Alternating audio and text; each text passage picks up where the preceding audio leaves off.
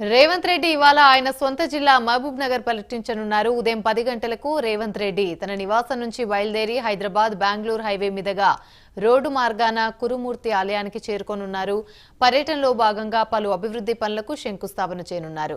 పేదల తిరుపతిగా ప్రఖ్యాతిగాంచిన అమ్మాపురం కురుమూర్తి స్వామి ఆలయాన్ని సందర్శించనున్నారు రేవంత్. తొలుత స్వామివారిని దర్శించుకుని ప్రత్యేక పూజలు చేయనున్నారు. తర్వాత 110 కోట్లతో ఘాట్ రోడ్డు నిర్మాణానికి శంకుస్థాపన చేయనున్నారు. రేవంత్ రెడ్డి పర్యటన నేపథ్యంలో అధికారులు అన్ని రకాల ఏర్పాట్లను చేశారు. కురుమూర్తి ఆలయ సమీపంలో పోలీస్ బందోబస్తును ఏర్పాటు చేశారు.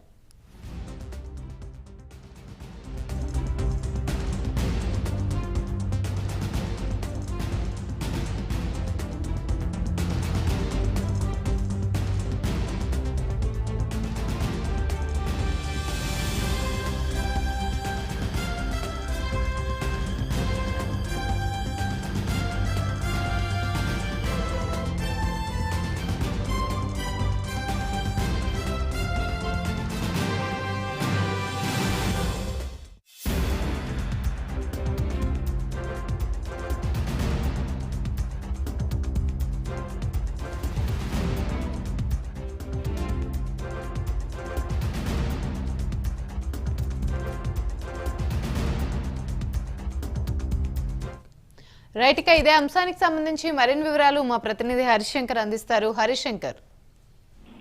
యామిని, ముఖ్యమంత్రి రేవంత్ రెడ్డి ఈ రోజు మహబూబ్నగర్ జిల్లాలో పర్యటించనున్నారు. పేదల తిరుపతిగా పేరుగాంచినటువంటి కురుమూర్తి ఆలయాన్ని ఆయన దర్శించుకోనున్నారు.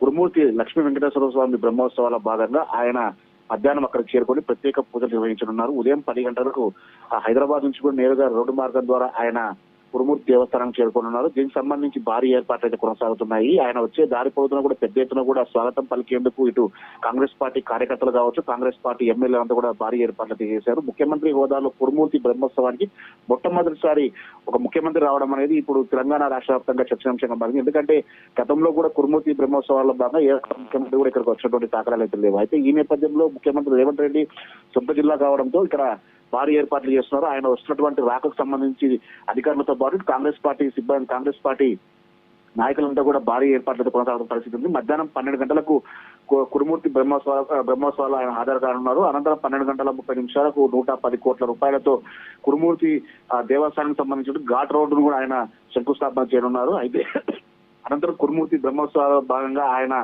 ప్రత్యేక పూజలు నిర్వహించి కింద ఉన్నటువంటి స్టేజ్ దగ్గర కూడా ఆయన మాట్లాడే అవకాశాలు కనిపిస్తున్నటువంటి పరిస్థితి ఉంది. ఆలయ రాజగోపురం వద్ద ఏర్పాటు చేసినటువంటి ప్రత్యేకమైన స్టేజ్ లో కూడా ఆయన ప్రజలను ఉద్దేశించి మాట్లాడుతున్నారు. మరోవైపు ఇప్పటికే ఇంటింటి సర్వే నిర్వహిస్తున్నటువంటి అధికారులకు వస్తున్నటువంటి ఇబ్బందులు కావచ్చు, మిగతా అంశాలపై కూడా ఆయన అధికారులు కూడా చర్చించే అవకాశాలు కనిపిస్తున్న పరిస్థితి ఉంది. అయితే దీనికి సంబంధించి జిల్లాలో కూడా ఎలాంటి అవాంఛనీయ సంఘటన జరగకుండా ముఖ్యమంత్రి రాకకు ఎటువంటి ఇబ్బందులు లేకుండా అధికారులు అయితే భారీ ఏర్పాట్లు కొనసాగుతున్నటువంటి పరిస్థితి ఉంది. మధ్యాహ్నం 1 గంట సమయం తర్వాత కూడా ఆయన మళ్ళీ రోడ్డు మార్గం ద్వారా తిరిగి హైదరాబాద్ కి చేరుకున్నటువంటి పరిస్థితి నెలకొని ఉంది. యామిని. Thank you.